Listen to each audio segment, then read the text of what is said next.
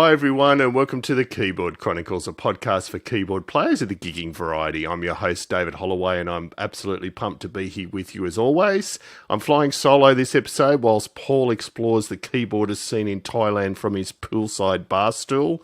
So jealous, Paul, I've got to admit. Hope you're having a great time and a well-deserved break. I'm really excited to introduce our guest for this episode, Maureen Lacoste. Now, Maureen has had an amazing career to date, and I'd argue she's barely getting started. So Maureen plays keyboards with extremely successful US artist Uncle Kracker, and we'll be posting in the show notes links to Uncle Kracker's work if you're unaware of it, but I'd be surprised if you were.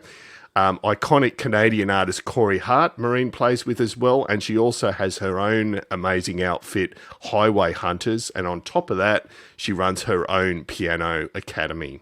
So we'll talk about all four of those things and a lot more in this episode, and I hope you enjoy it.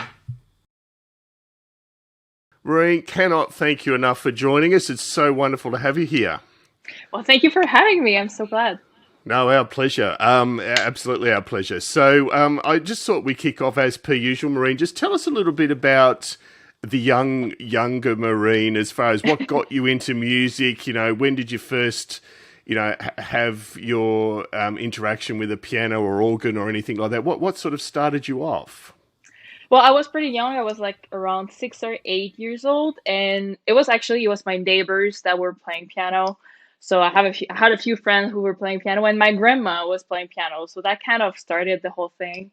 And I remember that at the age of 8, I was asking my mom and dad a few times, I want to play piano. I want to learn piano. So eventually it took 2 years, but they finally got me a piano. So I started learning. So this is pretty much how I kind of started at a young age. So lessons and then family members playing. So do you remember what that first piano was? Was it an upright or? We still have that piano actually. So yeah, it was an old upright piano, and it was amazing. It's a great piano. It sounds still today sounds great. It's an old piano, over 100 years old for sure. But I still have a thing for that piano. It was my first one, a real one that I've learned on it. So. Yeah, and obviously it's a big step from playing that upright piano to working professionally. So what was it at, I'm assuming, high school or after high school that got you into doing this professionally? I started having some friends that were older than me, and they at the age of 15, 16, and they had a rock band. So at that age, I was starting to listen to Offspring, The Tea Party, all the 90s rock bands, and this is kind of what it's got me started. And they got me into their band, so I was starting to play some rock songs. And then after high school, I went to CEGEP. In Quebec, here we have like something between high school and university that we call CEGEP, and it's like a few years where you can go and just study whatever you want. So I went to study piano, pop, rock, jazz, piano for 3 years. So that was pretty awesome. And this is where everything kind of started up, learning how to do that professionally and just get into the music business. And then you do one band after the other. Well, firstly, I want to live in Quebec. Just the idea of being able to study what you want between school and university is wonderful. And so, It is. is that where you fell in love with? So, 'cause you're sort of so well known now, particularly in your solo work for your use of the B3 organ and so on. So, is that where you discovered that? Not at all. Like I was studying piano, so that was really like more of a piano training. I discovered the Hammond organ more because of some friends that were like into it. They were listening to Deep Purple, so I kind of starting listening to that and being like, well, this is kind of awesome. It rocks. Because I remember when I was at like younger, I always thought that organ was more cheesy kind of sound. But I never listened to Deep Purple, obviously. So the first time I listened to Deep Purple was like, okay, this is not cheesy at all, and this can rock. So this is what happened. So I just felt in love with it. I started to play one. It's the one I have in the background right here that's been following me around, my first one. And it's just something so different from the piano that I love piano for sure, but Hammond organ is different. So yeah. So maybe a few years later after CJEP, around 24, I'd say, I started to learn Hammond organ. So that was something very new, actually. And so who taught you that? Myself, I taught it myself, and I've done a two Hammond trio with it was a Smoke and B3 at the time. It was with my friend. It was Michel Haynes, and he was playing Hammond organ for a while. So when I started, he was helping me, teaching me a little bit of a few tricks. But mainly, I've learned that by myself and just figure it out on the web as much as I could. How it works, how can we do that? So, Yeah, no, it's amazing. It's obviously become a central part of your, I said your own work. So again, you're at you're doing the piano course. You discover organ as part of bands. What led you to going? Okay, well maybe. And I don't. Did you go to university in the end, or did you realise that music was what you wanted to do? I did not, because the thing with CJEP that is great is that you don't have to go to university because we can do like it's a professional technique that we call. So it's something official that you don't have to. It's a good paper. So this is what I did in music. I've started to do a university just a little bit, but I was way too busy to stay there, so I just stopped. I went back to the scene and just play shows and do my thing. So that's more.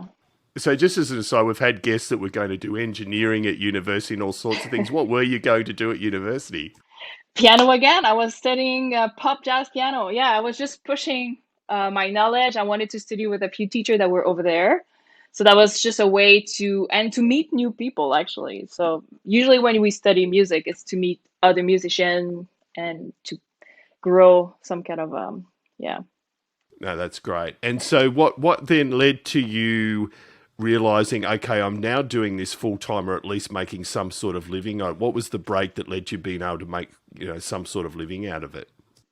Well, I think it's the moment when I joined Uncle Kracker. That's the first thing. I was like, okay, this is real. This is happening. I was playing shows before. I was playing in a all girl band, and this is what I was doing, like a few gigs, but I still had to do other stuff. But when I joined Uncle Cracker, it was more like, okay, we're gonna have like 80 shows a year. So now, okay, we're gonna do that and start just being a full-time touring musician. And I think most of our listeners and viewers will be aware of Uncle Kracker. I mean, he's a huge artist. So what led to that break? What was the connection or that led you to playing for him? Well, like I said, I was playing in an all-girl band, and we were playing casinos at the time, and we did the Motor City Casino in Detroit, and they are all based in Detroit. And one of the time, like we came back from the gig very late at night, and there was a tour bus parked behind the hotel we were staying at, and that was the Uncle Cracker tour bus. And the two guitar player were on that bus. So obviously, when you see six girls getting out of a van at 2 a.m. in the morning, you say something. So they shouted at us and was like, "Hey, what are you doing?" And we were like, "We're just back from the gig." So we kind of just started hanging out. So every time we were going to Detroit, we were sending text message to the guys, "Hey, do you want to hang out?" So, and eventually he needed a keyboard player to play a gig in Toronto because Joe keyboard player couldn't make it. So they asked me, "Do you want to do it?" I was like, "Obviously, I want to do it." Yes.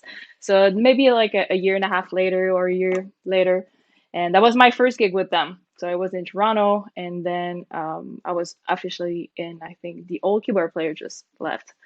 So he was like, "Well, do you wanna come to Hawaii? Let me think." So yeah, that was how it kind of happened. It was crazy. And so, what was the learning curve for you there, Maureen, versus what you learnt, sort of with piano and organ locally where you're playing? What was the step up that you needed to do once you started playing those large gigs? It was more of the way you control your stress and your anxiety on stage, because these are bigger gigs. Like you go there, you have to do a lot of things. But honestly, it was just so fun. The songs are great, are super cool to play. They're quite easy, simple, but they're amazing songs. So it was just fun. So I was playing organ, piano, Rhodes. So it was just no, it was what I was already doing, I think. So it was Yeah, great. no. And so it usually we would do one discussion of a rig, but I think between Uncle Cracker, Corey Hart, and Highway Hunters, I'd argue that in some ways they're quite different. So what's your go-to Uncle Cracker rig? What do you actually use when you're playing there? Well, for years, Hammond organ for sure, always. If I can have, because I'm always using backline rig. So this is the thing with flight dates. Unless I'm going on tour, when we do flight gigs, I don't know what I'm gonna get usually. So it's a Hammond organ, or either it's gonna be a Nord or a Hammond SK2 or XK5. So that can be random. But So always just have, just to just to interrupt there a sec. So how yeah, often do you get a backlined B3? How often do you turn up to a gig and there's actually a real B3 with a Leslie there? 25% of the time, maybe. Okay, that's not too bad. I Yeah. yeah, that was yeah. Okay, that's not too bad. I've played on a different backline B3. It was you like I say, you never know what you're gonna get, but it's pretty awesome to have some. I know they're more expensive, so I bet that depends on the whole pricing that you can get. But yeah, sometimes I can get one. So yeah, for sure. And So so yeah, sorry to that's interrupt. So fun. the Uncle Kracker rig. So yeah, you've got your whatever organ, and then what else have you Water got? organ, and I have a piano on the top. So usually it's a Roland 700. Uh, Lately, like for the last year, I've been taking Ableton with me for to have key space on the stage, because I love those piano sounds. The road sounds are amazing, and since I'm always playing on backlines, having the key space with me, it's easier to have always like the same sounds, you know. So I have a proper sound for Smile, the proper sound for Drift Away. They are always the same, so you never have like a surprise. So that's why I started doing that. It's a great idea. No, love that. So no, that's excellent. And so that's an ongoing relationship. You're still part of Uncle Kracker. When did you last tour with him? We ended the tour in October, and right now it's like a big. He usually takes a big break during the holidays. He likes to spend time with his family.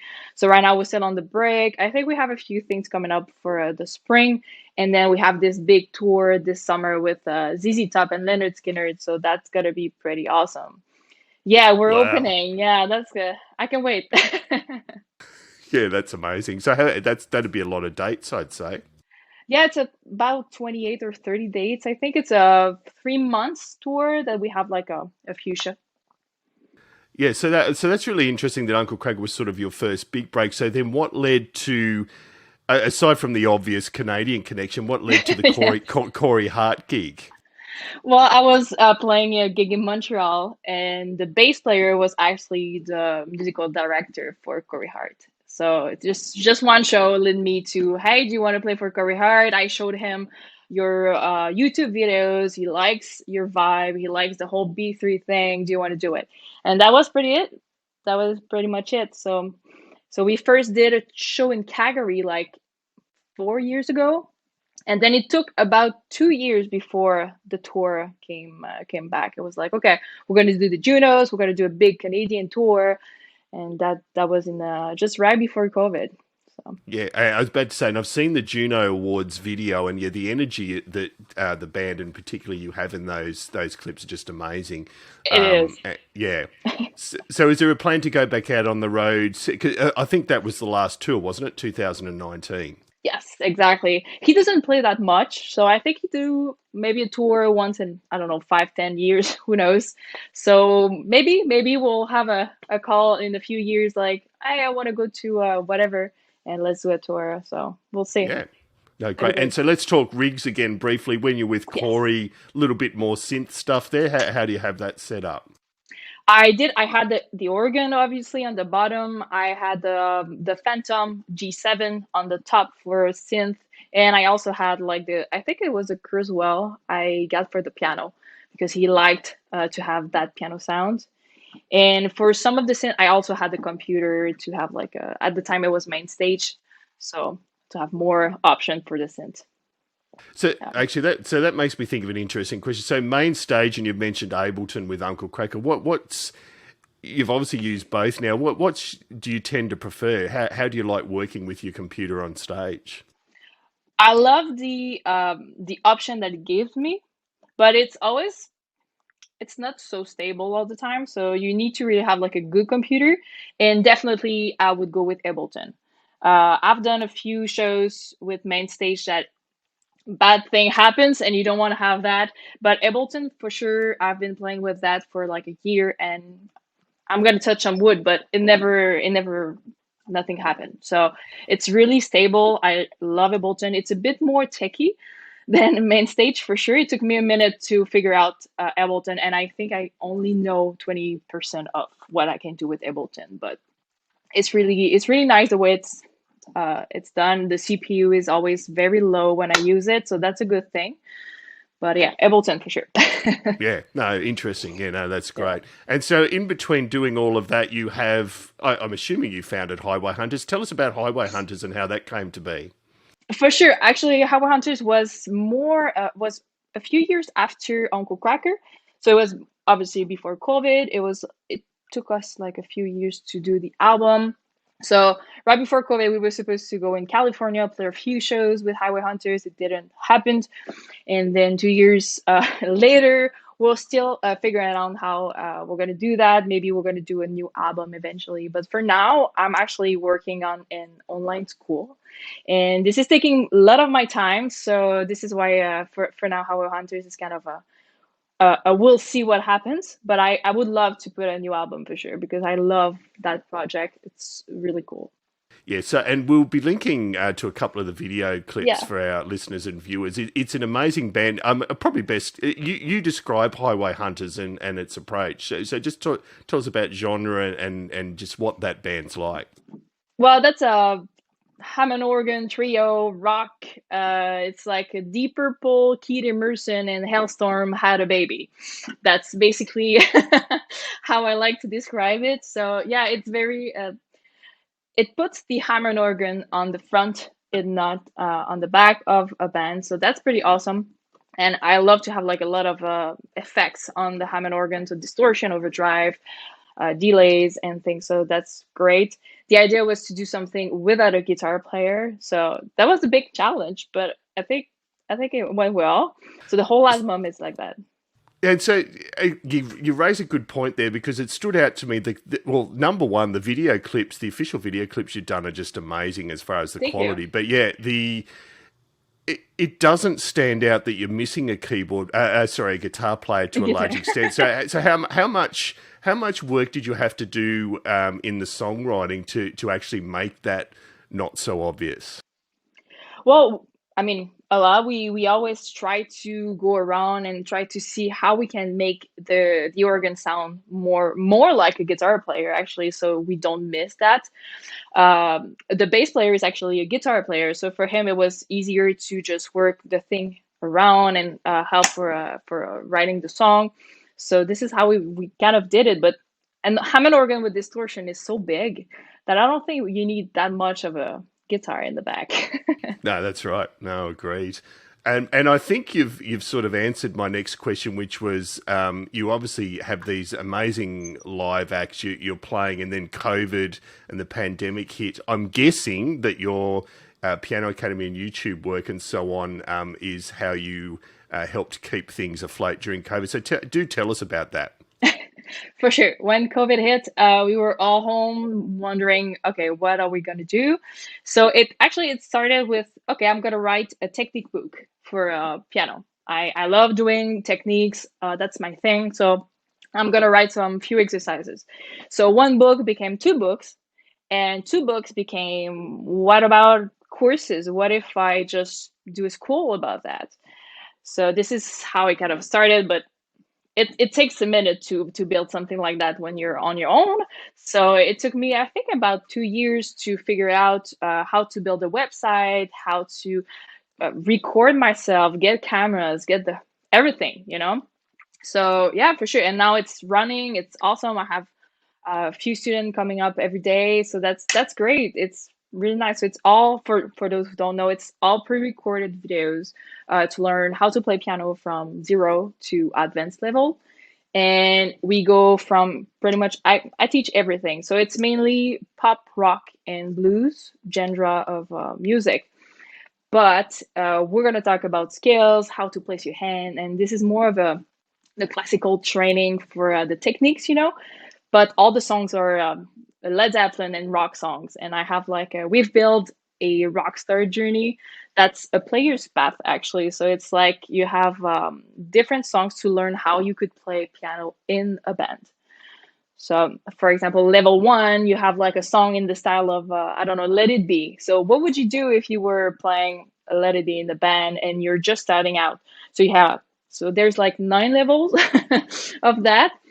So, that's what we build up. So, there's courses, song tutorials, and the Rockstar Journey and the community live streaming stuff. So, it's a big thing. So, yeah. That's a huge thing. So you're probably the first guest we've had on that's running online lessons to that level of complexity. So what sort of, without needing to give too much away about your customer Sure. base, what sort of students are you getting? What sort of age ranges and backgrounds are you getting?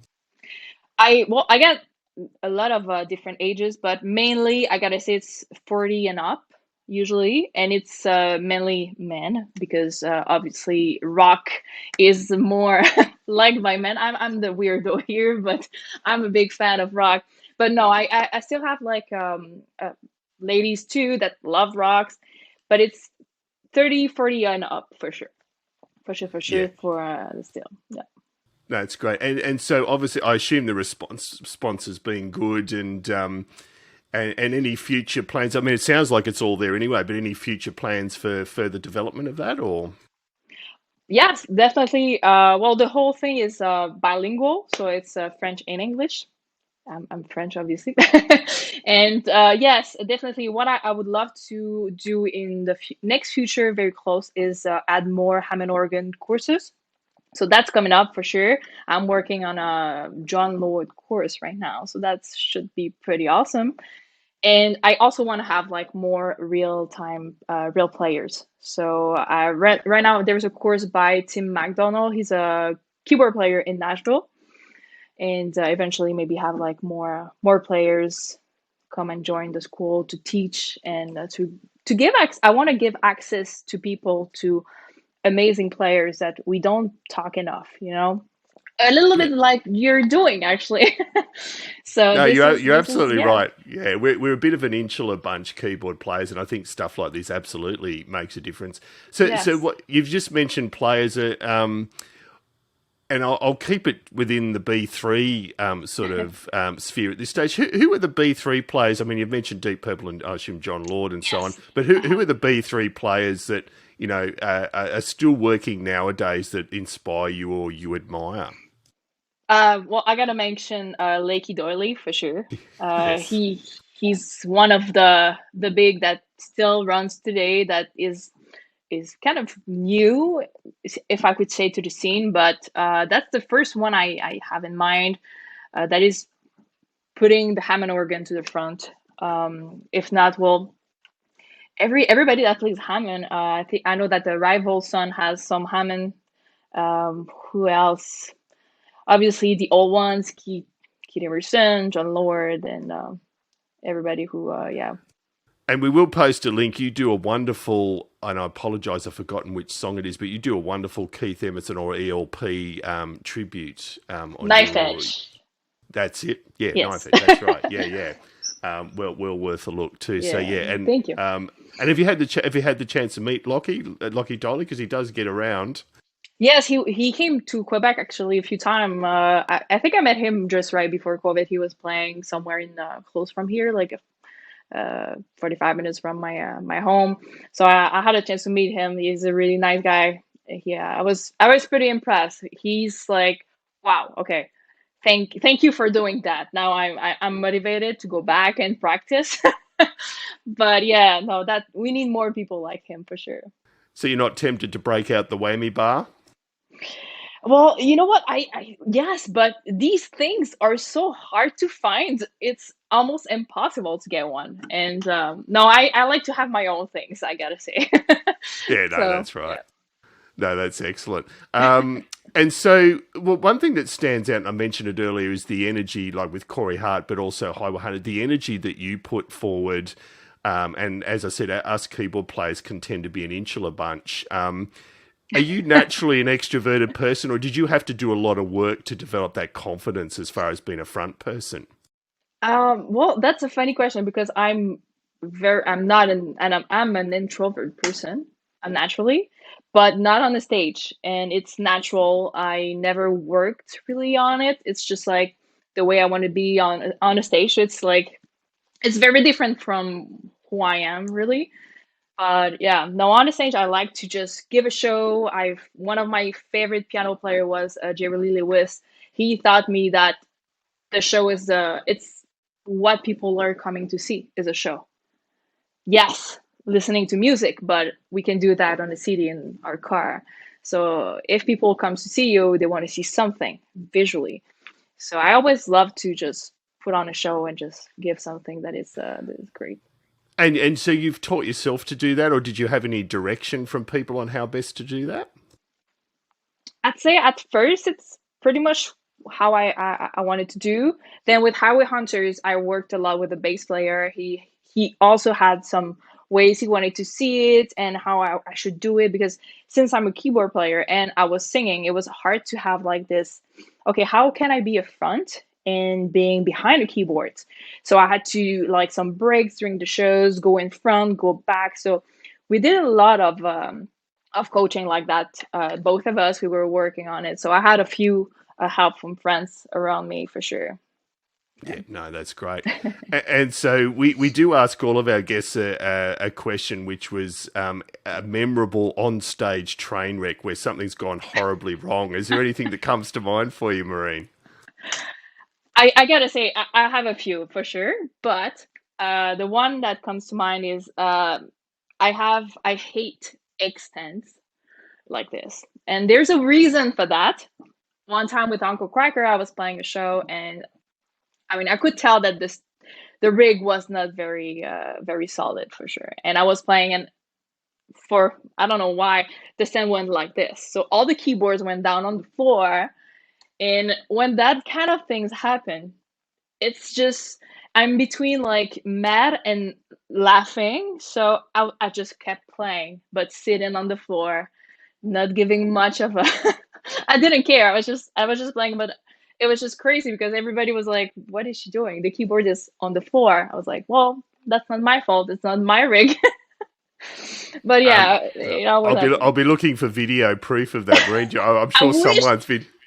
I wish they had one. I wish they had one for sure. Yeah, Yeah. but it does make you wonder with the professionalism of the music industry now and the amount of bands and players that backline gear, why backline companies still insist on providing substandard X stands. It does make you wonder. Every single show. There's always like right now the one I have is it's not an extend, it's just like a square. I think it's Hercule or something like that. And these stands are so solid. It's like, why do you want to have the extend? They break all the time. It's just not the way to go. I guess they're cheaper, but not that much cheaper, anyways. So No, no, yes, agreed.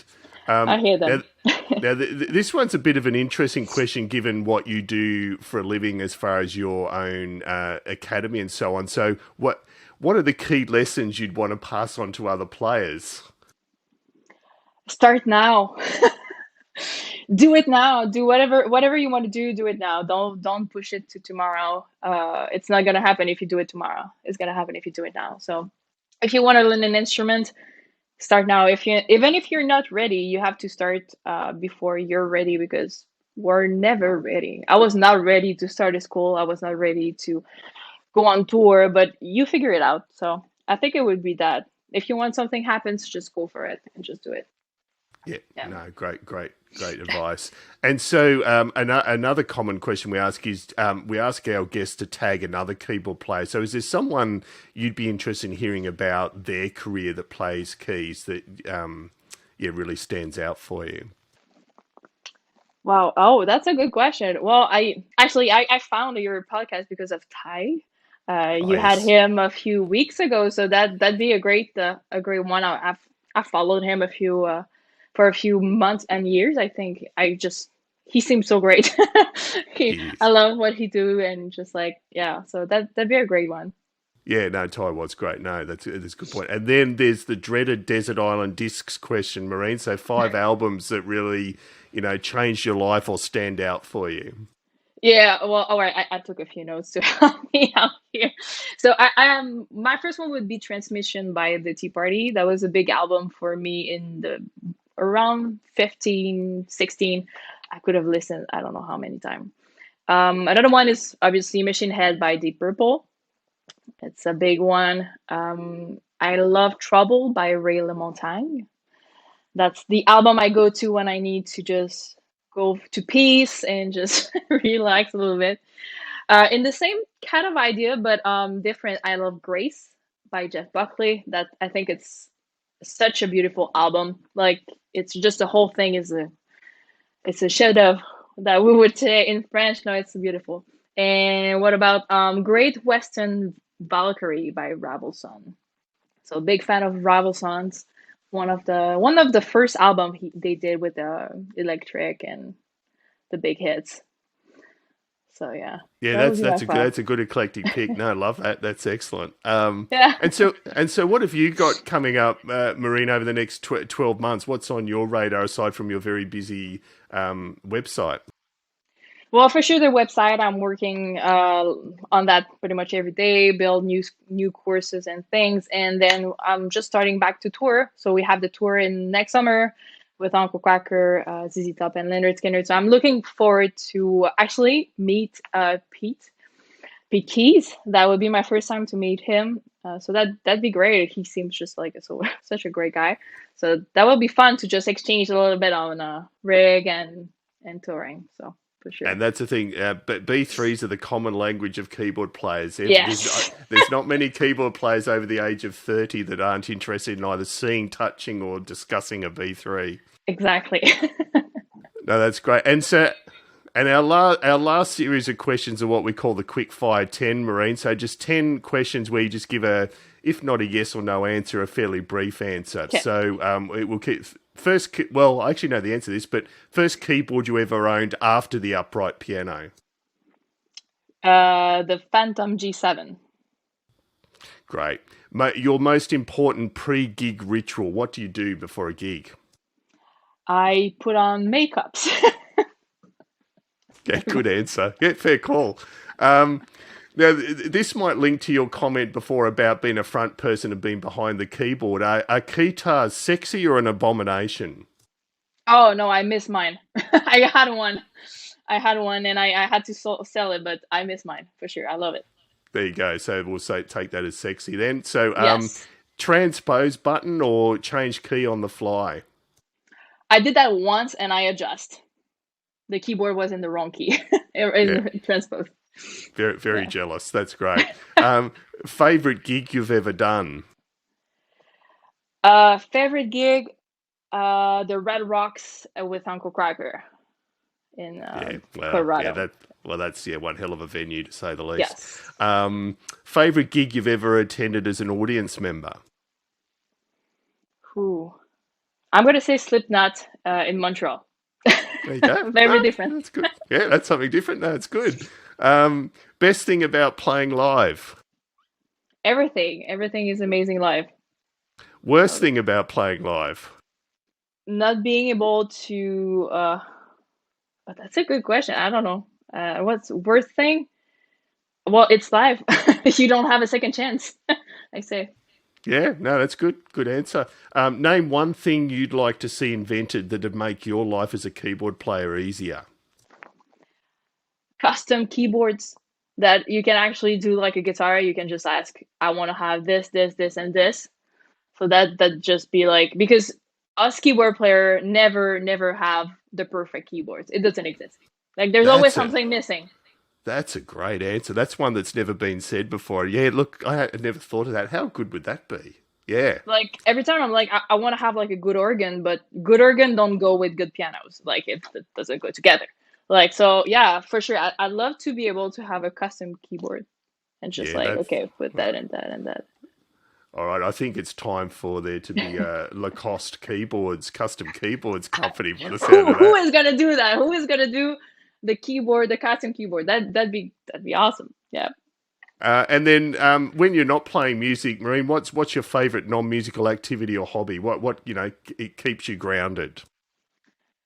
Walk and read. That's pretty cheesy, but No, nothing wrong with that. What do you like to read? right now I'm reading marketing books, so that's more of a how we roll when we start a business, right? That's right. Yeah, yeah. That's still reading. It's still reading. Look, Marine, can't thank you enough. It's been absolutely brilliant catching up with you. And I said it was wonderful. When we first stumbled across you on YouTube, was just the energy that you put across as a player, and obviously your attention to detail.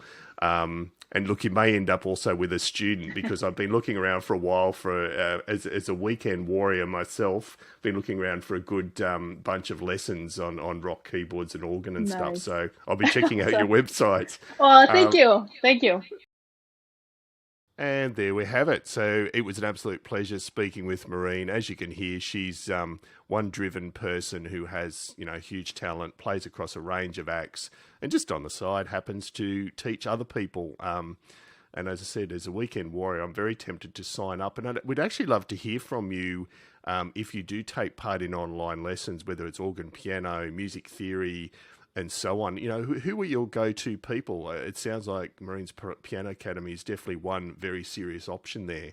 But yeah, really interested to hear from you via the means that I'm about to describe to you. So we love hearing from you, and the most easy ways perhaps to do it are good old-fashioned email. So that's editor@keyboardchronicles.com. We have a Facebook page, The Keyboard Chronicles. We also are on Instagram at Keyboard Chronicles and TikTok at Keyboard Chronicles. And we're also on Twitter at the Keyboard CHR1. But whichever way, we'd love to hear about, your idea of a good online academy or anything else. We do love guest suggestions, and a big thanks to those that do continue to suggest guests. I think, as Paul and I mentioned last episode, we're now booked well into a couple of months into the future with guests. We've got some wonderful people coming up during 2023, and that's partly thanks to some of the suggestions you make.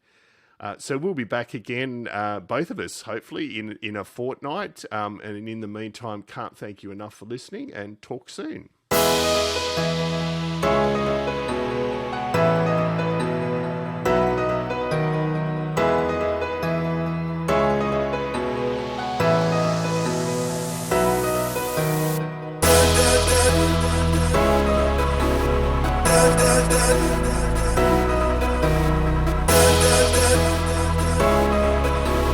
Da, da, da.